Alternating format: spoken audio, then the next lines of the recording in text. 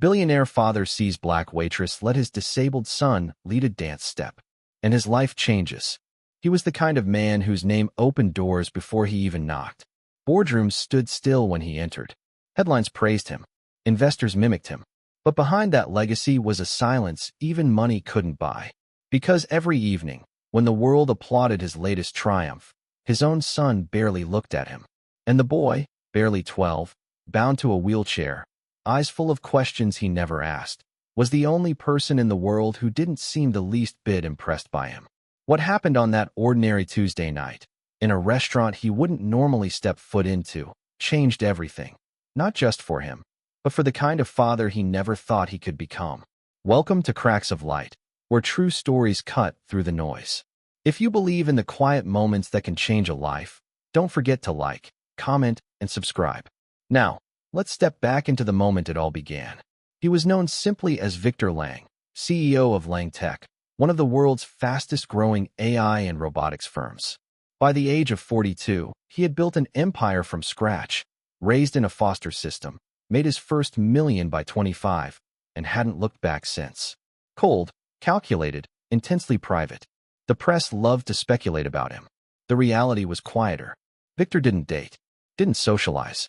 He lived on the top floor of a silent glass tower, watched the world from behind encrypted screens, and had one soft spot: his son, Elliot.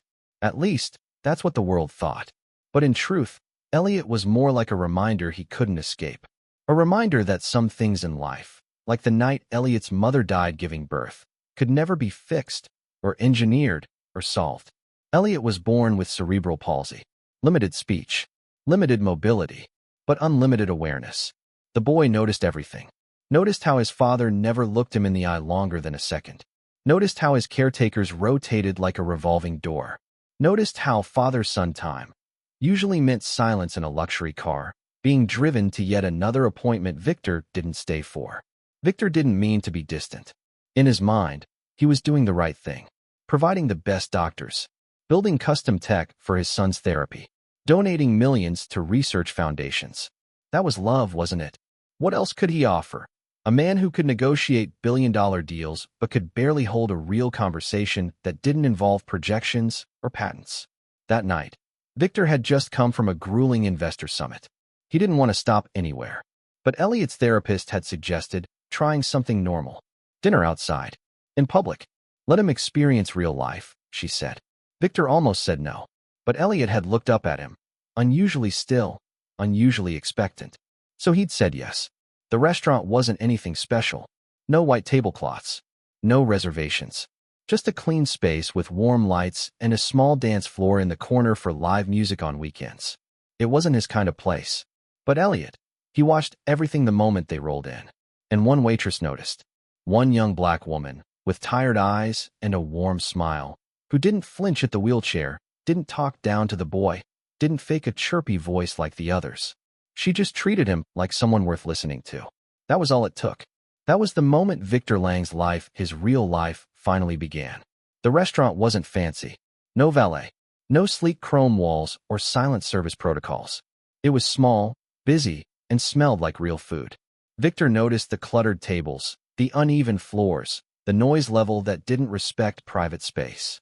He hated it immediately. But Elliot? He was alert. The kind of alert Victor rarely saw in him. Eyes wide, posture shifting in his chair. So Victor stayed quiet and let the hostess walk them to a table near the back. He wasn't used to sitting at scratched wood tables or being handed paper menus. But Elliot was already looking around, his head turning slowly toward the small stage where a local jazz trio was warming up, their instruments slightly out of tune. Victor took a breath. It was going to be a long night. Then she walked over.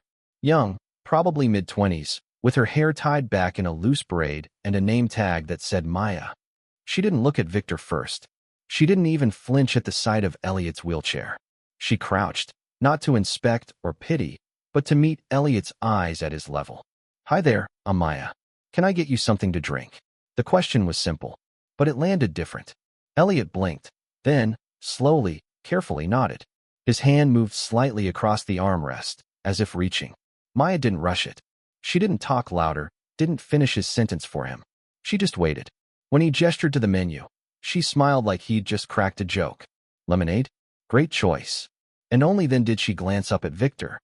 And for you, sir? Victor wasn't sure why it bothered him. Maybe it was the way she ignored his status, or the way she acted like his son mattered more in that moment. He gave a curt nod and muttered, "Water." Maya walked away, and Elliot's eyes followed her every move. Then something surprising happened. Elliot let out a tiny laugh. It was soft, barely audible, but real. Victor's brow furrowed. It wasn't the therapist. It wasn't the special stimulation room. Just a girl with a tray and a steady voice. And somehow, that got more from Elliot than weeks of medical specialists. They ordered. Maya returned, bringing not just food but energy. She never overdid it. She just included Elliot in every moment. She asked if he wanted extra fries. She teased Victor, lightly, about having serious businessman energy in a grilled cheese kind of place. And she did one more thing. She touched Elliot's hand, not out of pity, but connection. She said, "You're a good listener." That's a rare gift. Victor watched that. He didn't say anything, but he watched it carefully. After the meal, the jazz band finally began to play. It was upbeat, clumsy, full of missed beats, but something in the rhythm made Elliot twitch.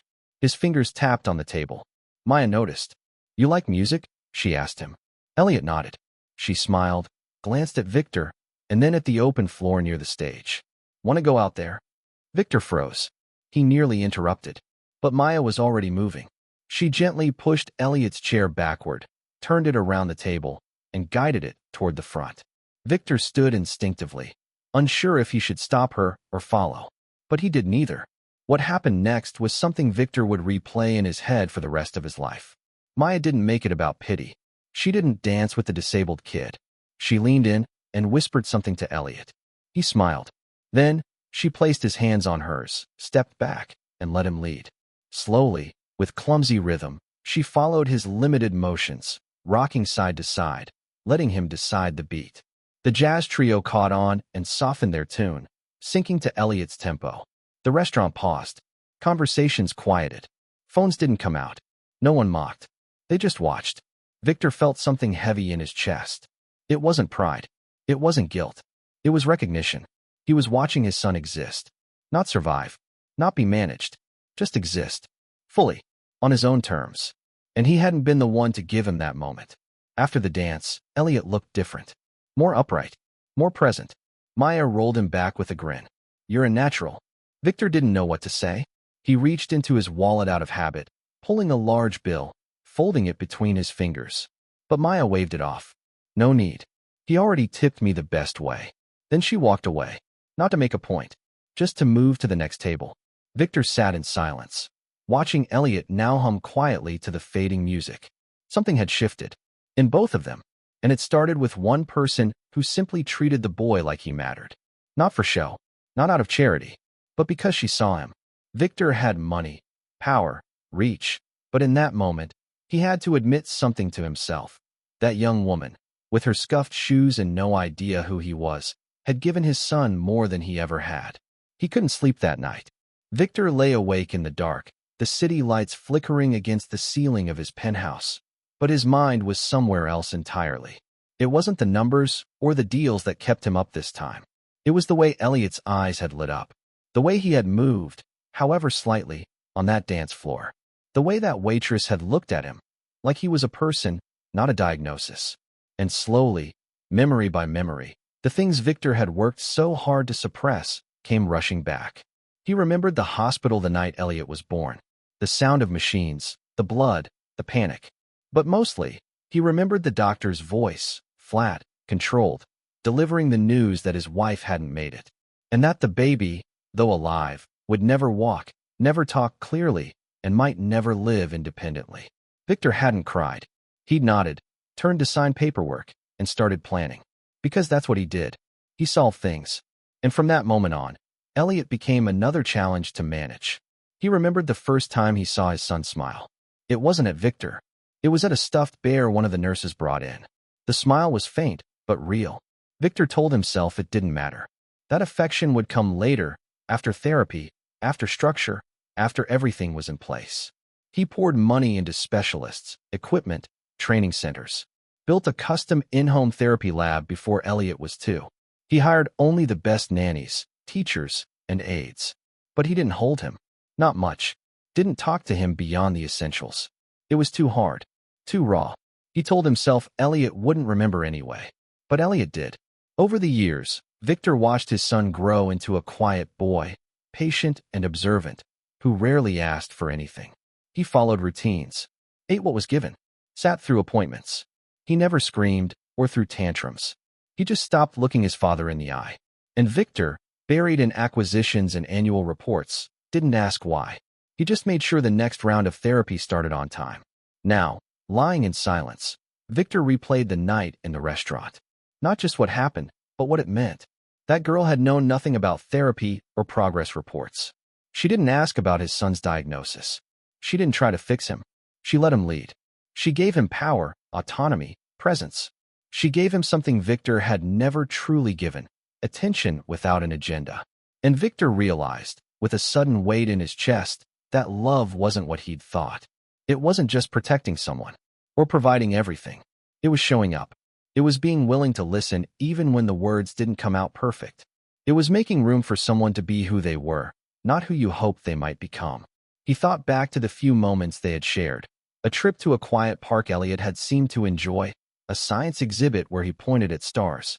Moments that Victor had marked as minor wins on a checklist. But now he wondered, had Elliot been trying to connect all along? Had he, in his own quiet way, been asking for something Victor never gave? The thought made him sit up in bed. For the first time in years, he felt uncertain and guilty. But under the guilt was something else, resolve. Because he wasn't done.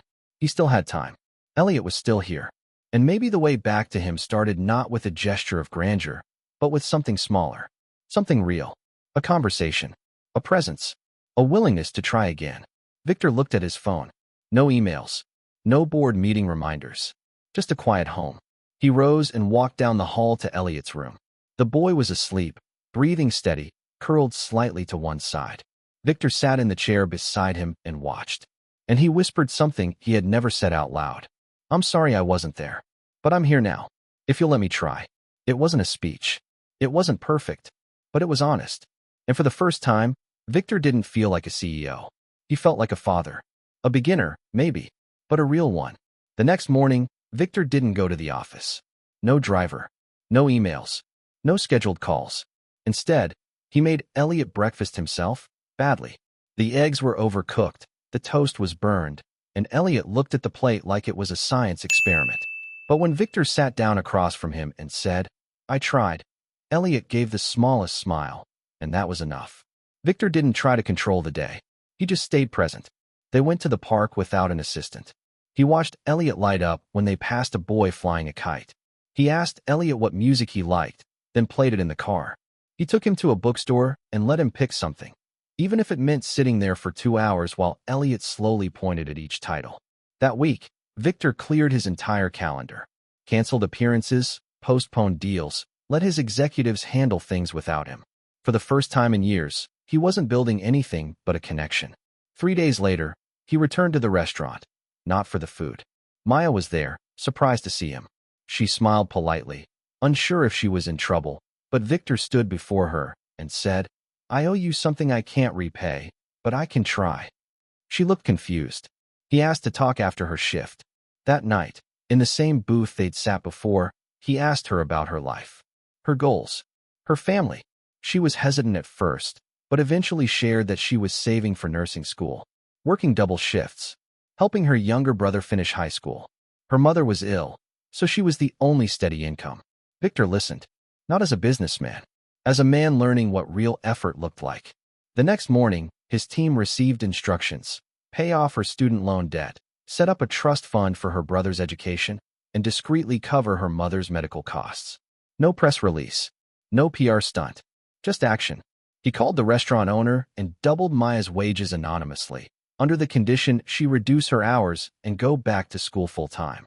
Maya found out a week later. She cried, then showed up at Victor's apartment, not to say thank you, but to make sure he understood what it meant. I don't need a savior, she said. But what you did, you gave us time. You gave us space to breathe. That matters. Victor nodded. You gave me something too. You showed me who my son really is. That's worth more than anything I've ever owned. Word got out anyway. A customer had recorded part of the dance that night. It went viral, millions of views. People commented on the waitress, the boy, the quiet man in the background. When the press found out it was Victor Lang, the narrative shifted. Headlines ranged from Billionaire's redemption to unexpected kindness caught on tape. Reporters wanted interviews. Talk shows reached out. But Victor refused all of it. He wasn't interested in being celebrated for doing what he should have done long ago. Instead, he started a foundation in Elliot's name, one focused on accessibility, inclusion, and funding therapies for families that couldn't afford them. He worked with Maya to design programs that trained caregivers not just in skill, but in empathy. She became the first director. Elliot visited often, now more expressive, more animated. His face relaxed in ways it had never been. He was still the same boy, but he wasn't invisible anymore. Victor changed, too. He didn't stop working, but he worked differently. He built schedules around Elliot's school, made time for bedtime stories, picked up new sign language techniques. He even let Elliot join him at certain meetings, rolling beside him into rooms where people once only saw Victor Lang the mogul. Now, they saw a father, a man recentered. Not everyone understood. Some said it was image rehab. Some said it wouldn't last. But Victor didn't respond to rumors. He responded to his son's laughter when he figured out how to trick the smart speaker at home. He responded to Maya's texts about her patients passing their exams. He responded to the world not with words, but with presence. And slowly, the world adjusted. Investors noticed he smiled more. Employees said he listened differently. People stopped asking what happened to Victor Lang and started saying, I never knew he had it in him. And truthfully, neither did he. Until now. Elliot didn't say much the day he graduated from middle school, but he didn't have to. Victor sat in the front row, suit jacket wrinkled from pushing his son's wheelchair up the steps himself. When Elliot received his certificate, there was no applause louder than his father's.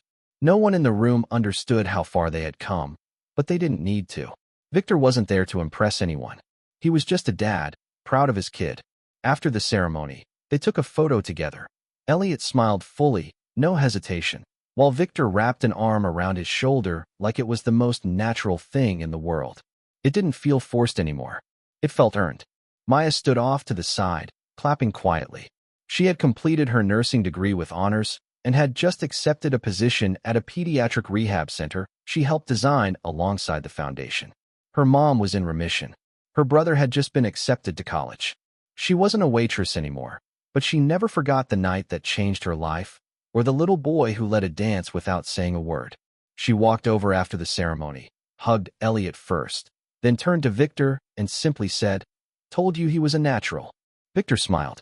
He's better than that. He's my teacher now. What had started as a chance encounter in a modest restaurant had turned into something bigger than any of them expected.